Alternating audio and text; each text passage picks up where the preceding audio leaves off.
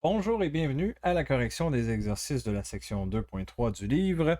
Je suis à la page 217. Je commence avec l'exercice 2.3.8 en A. Vous avez le schéma devant vous. La réponse en A, c'est la corde 2. Pourquoi? Sans calcul, là. Sans calcul. Regardez le schéma. Vous êtes certainement capable de comprendre que la corde 2 est placée plus à la verticale que la corde 1. En quoi c'est important ça? Ben, c'est parce que pour maintenir la masse en équilibre, pour qu'elle tienne comme ça dans les airs, il faut que les cordes annulent la force gravitationnelle, qui est égale à Fg. Puis la force gravitationnelle, elle est verticale.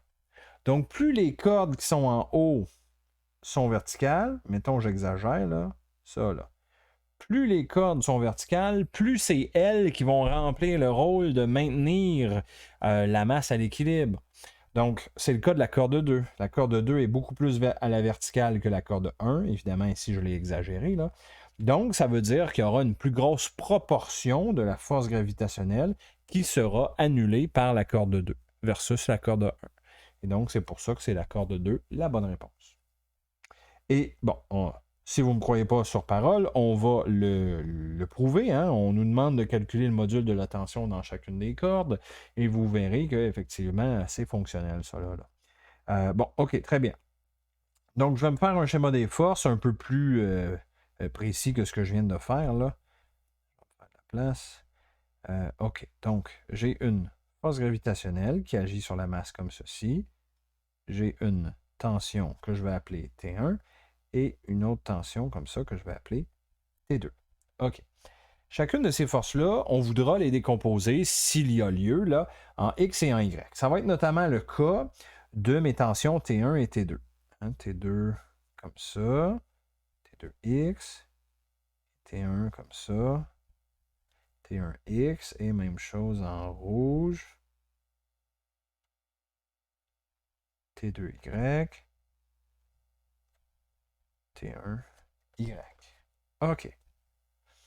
Bon, je vais commencer tout de suite par faire ma somme des forces, puis je vais intégrer mes décompositions au fur et à mesure dans mes équations de force. OK? Donc, première équation en X. Somme des forces en X est égale à la masse fois l'accélération en X. Donc, je regarde mon schéma. Quelles sont mes forces en X? J'en ai deux. C'est ce qui est en bleu. Hein? C'est T2X moins T1X. Pourquoi j'ai fait moins T1X? Ben, c'est qu'on faut toujours se fier à notre système d'axe classique. Là.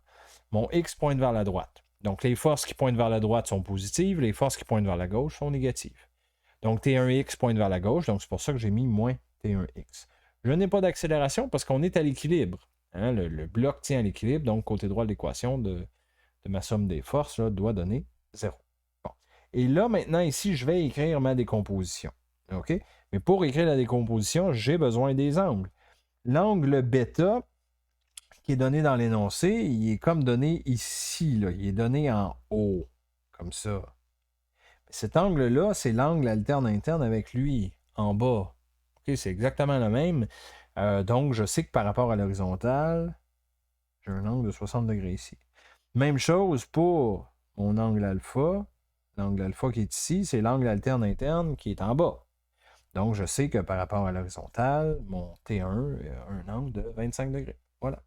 Donc là, maintenant, je vais décomposer T2 et T1 avec les angles pour obtenir les composantes en bleu, en X.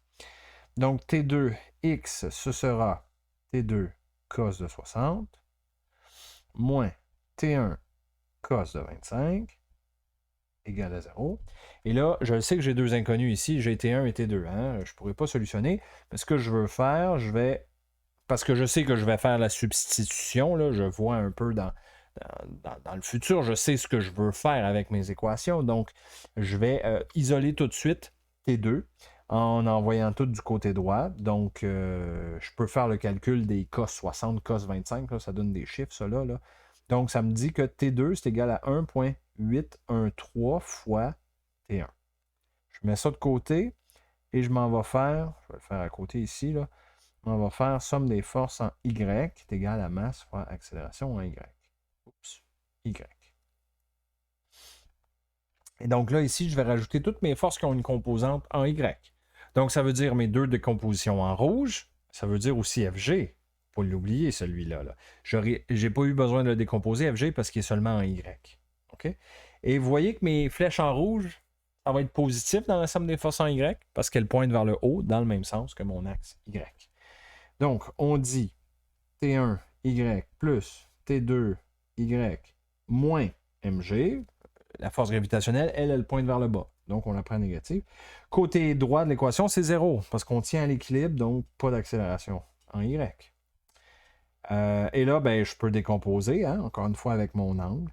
Donc, on a T1, là, je ne connais pas par cœur, T1 sin de 25, plus T2 sin de 60, moins mg, égale à 0. Et là, ce que je vais tout de suite commencer ma substitution. Je vais prendre ça ici. T2 égale à 1.813 T1 et je vais venir l'insérer ici à la place du T2 qui est là. Donc, je me retrouve avec T1 sin 25 plus 1.813 T1 sin de 60 moins mg qui est 2 fois 9.8 égale à 0. Là, voyez-vous, dans cette équation-là, j'ai un seul inconnu, T1. Je suis donc maintenant capable d'isoler T1. Je vous épargne les détails. On isole 9.836 Newton. Ensuite, on s'en va chercher T2. T2, comme j'ai dit dans mon encadré, c'est égal à 1.813 fois T1. Donc 1.813 fois T1 qui vaut 9.836. On trouve 17,83 Newton. Et voilà nos deux réponses. Et on voit bien effectivement que mon T2 est quand même bien plus grand que mon T1. Hein? C'est presque le double. Très bien. Numéro 9.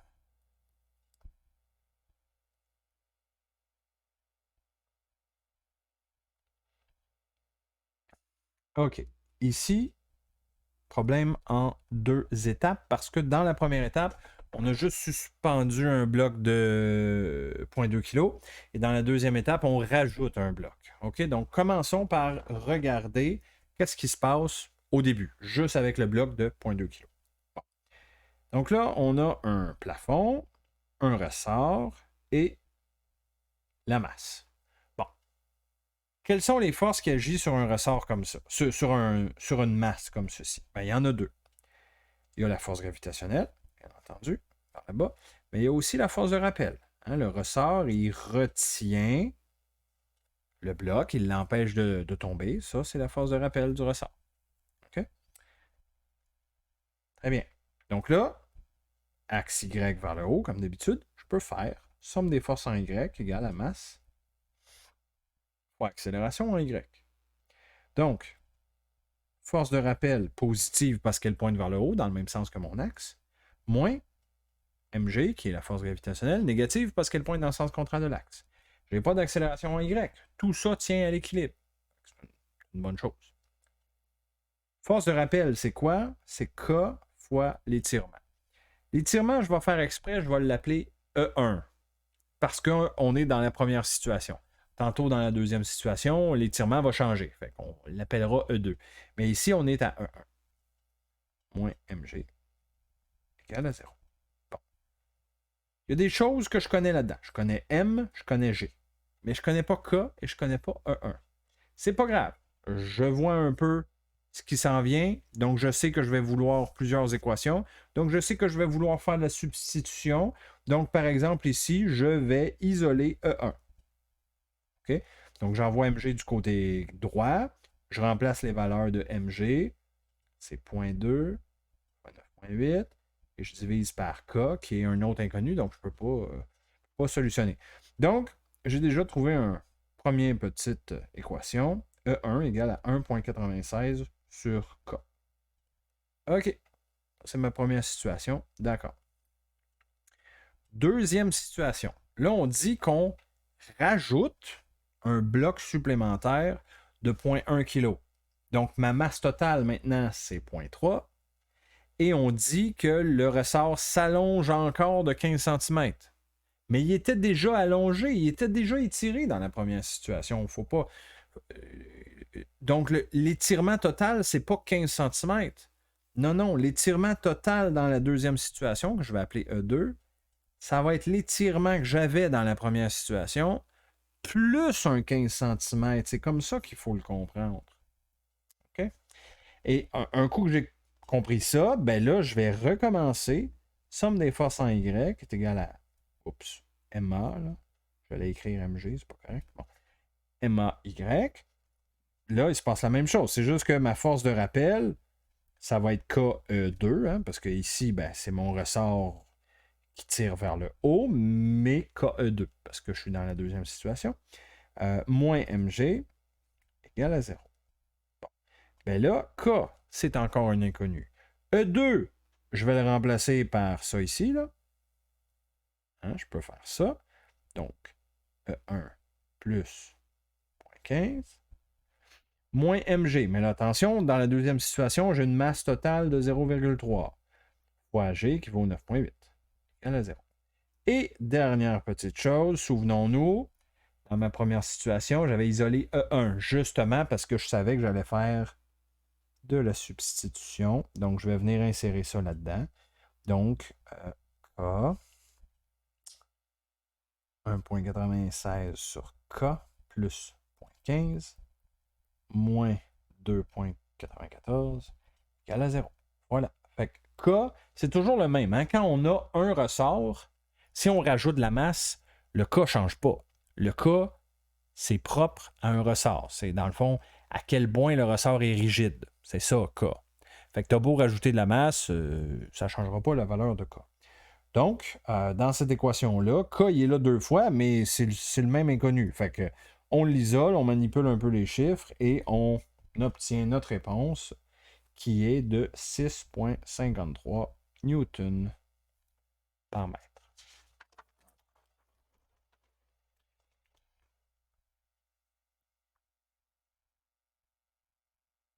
Numéro 10. OK. Ici, c'est un problème un peu plus complet là, de schéma des forces. On est sur un plan incliné. Et là, je vais faire exprès, faire ça gros.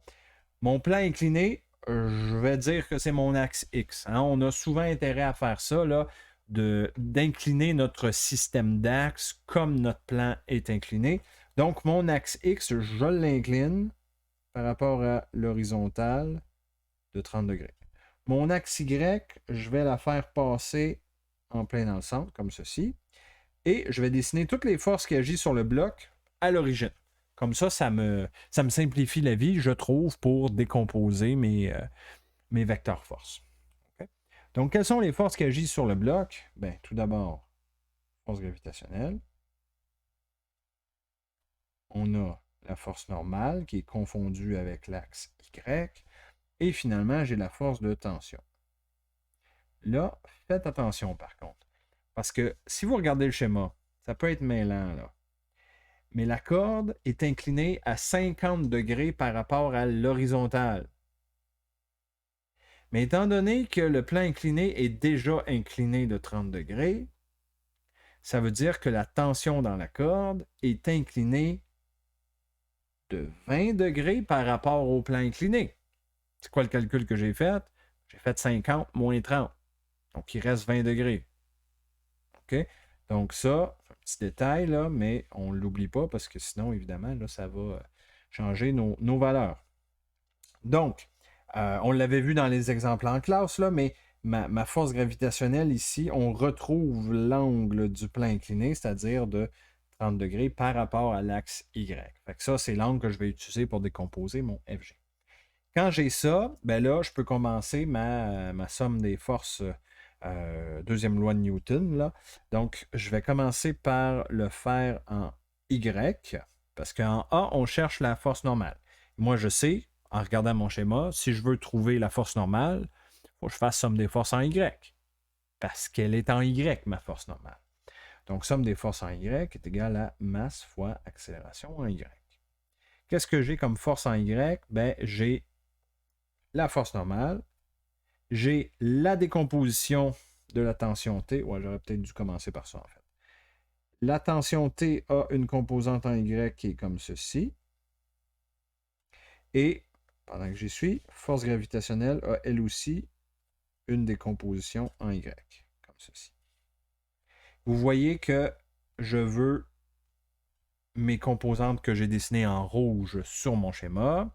Donc, pour ce qui est de la tension en Y, ça va être positif parce que la flèche TY pointe vers les Y positifs. Et c'est une flèche qui est opposée à l'angle de 20. Donc, on va utiliser sin. Donc, T sin de 20. Par contre, pour FGY, ça va être négatif. Parce que FGY, regardez ma flèche rouge, elle pointe dans le sens contraire de l'axe Y. Donc négatif, et je vais utiliser cos parce que la flèche rouge est adjacente à l'angle de 30 degrés. Donc ce sera moins mg cos de 30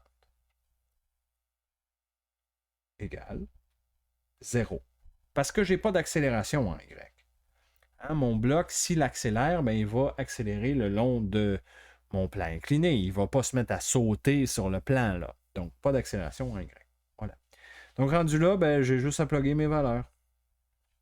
N plus la tension qui est donnée dans l'énoncé, là, on dit 15 sin de 20 moins la masse de 2 kg, 9,8 cos de 30 égale à 0. Bon. Je vous épargne les détails. On est capable d'isoler la force normale ici. Ça donne 11,84 newtons. Voilà pour le A. Pour le B, on cherche l'accélération du bloc, module et orientation. OK. Ben là, ça va se passer en X. Hein, mon bloc, il va accélérer le long de mon plan incliné qui est essentiellement mon axe X. Et donc, pour faire ça, on va faire somme des forces en X qui est égale à masse fois accélération en X. Bon, là, par contre, avant de continuer, je vais aller dessiner en bleu, comme je fais d'habitude, mes composantes en X de mes forces. Donc, TX comme ceci et FGX comme ceci. Voilà. OK. Donc, j'ai deux forces en X. TX et FGX. Hein, la normale, elle ne sera pas là parce qu'elle était seulement en Y. Donc, très bien. TX, elle est positive parce qu'elle pointe dans le même sens que mon axe X. Et on voit que TX est adjacent à l'angle de 20 degrés. Donc, on va faire T fois cos de 20. Positif, je n'ai pas mis négatif, c'est voulu. Mais FGX, par contre, lui, il va être négatif parce que pointe vers le sens contraire de mon axe X. Et toujours, FGX est opposé à l'angle de 30 degrés. Donc, on va utiliser sin. Donc, moins mg sin de 30 égale. Et là, j'ai une accélération en X. Ben oui, c'est ce que je cherche. Fait que je ne peux pas mettre 0. 2 fois accélération en X. Puis, encore une fois, je remplace mes valeurs. Donc, 15 cos de 20 moins 2 fois 9,8 sin de 30 égale à 2 AX. J'ai un seul inconnu là-dedans. AX. On isole AX, on trouve 2,148 mètres par seconde carré. La question, c'est quel est le module et orientation? Module, c'est ça, c'est ce qu'on vient de trouver. L'orientation, ben ça, on peut répondre en mots. Ben, on pourrait dire vers le haut du plan incliné. Pourquoi que je sais que c'est vers le haut du plan incliné et non pas vers le bas? Parce que j'ai obtenu une accélération positive. Accélération positive, ça veut dire par là. Ça veut dire dans le même sens que mon axe X. Donc, c'est comme ça que je sais que c'est vers le haut du plan incliné. Voilà. OK. Numéro 11.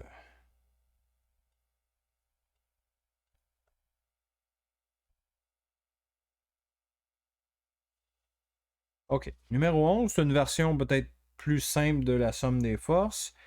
C'est juste qu'on ne connaît pas un angle. Alors, si je dessine les trois forces qui agissent sur mon cerceau, là, ou l'anneau plutôt, c'est une force que je vais appeler TA, tension dans la corde A qui tire seulement en X, hein, c'est une force qui est verticale. TB, qui à l'inverse est une force... non, l'inverse, excusez-moi. TA est horizontal seulement et TB est vertical seulement, pointe vers le bas. Voilà. Ça, on le sait. Et on connaît la valeur de ces forces-là. Tiens, je vais les écrire un coup parti, là. TA, c'est 150 newtons, puis TB, c'est 175 newtons. OK. Et là, on a TC aussi. Là. TC, lui, par contre, il est comme ça. OK? Et malheureusement, on ne connaît pas son angle. On ne peut pas assumer que c'est 45. J'avoue que quand on regarde le schéma, on peut penser que c'est ça, mais non. On ne peut pas l'assumer, on ne le sait pas. OK?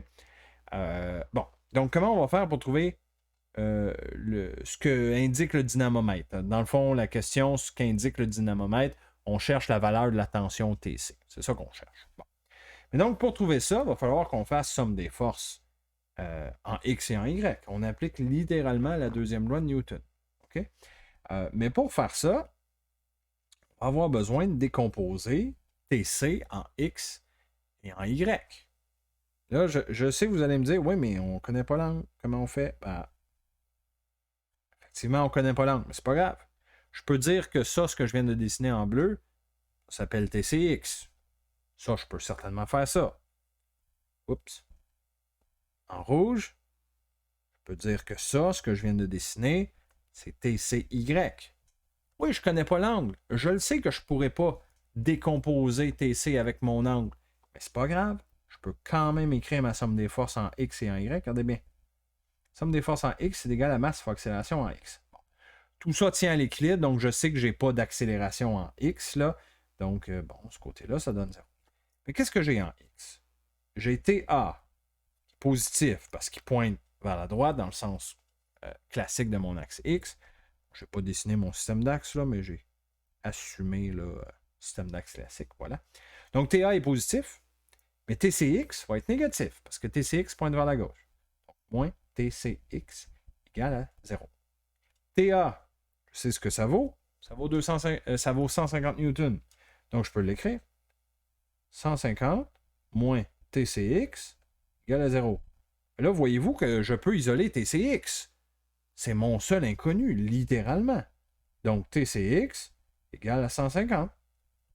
OK. Fait que là, dans le fond, je viens de trouver que TCX, ben, c'est 150. Ben oui, ça fait du sens, parce que TCX doit annuler TA. Parce que TA, c'est la seule autre force qui est en X. Et ça va être la même logique avec TB. C'est juste que là, on va aller le faire en Y pour ça. Je vais le faire ici. Somme des forces en Y égale à masse fois accélération en Y. Même chose, pas d'accélération en Y, ça tient à l'équilibre. Donc là, TCY, c'est positif, ça va vers le haut, mais TB, négatif, parce que va vers le bas. Donc, TCY moins TB égale à 0. TB, je sais ce que ça vaut. Hein, c'est moins 100, c'est 175. Donc, même chose, vous voyez. TCY, ben, je me rends compte que c'est 175. Ben oui, 175. C'est logique parce que, encore une fois, TCY doit annuler TB. Parce que c'est la seule autre force qui est en Y. Donc, sachant ça, voyez-vous, mon triangle TC, ben, je suis capable de trouver la valeur de mon hypoténuse ici, là.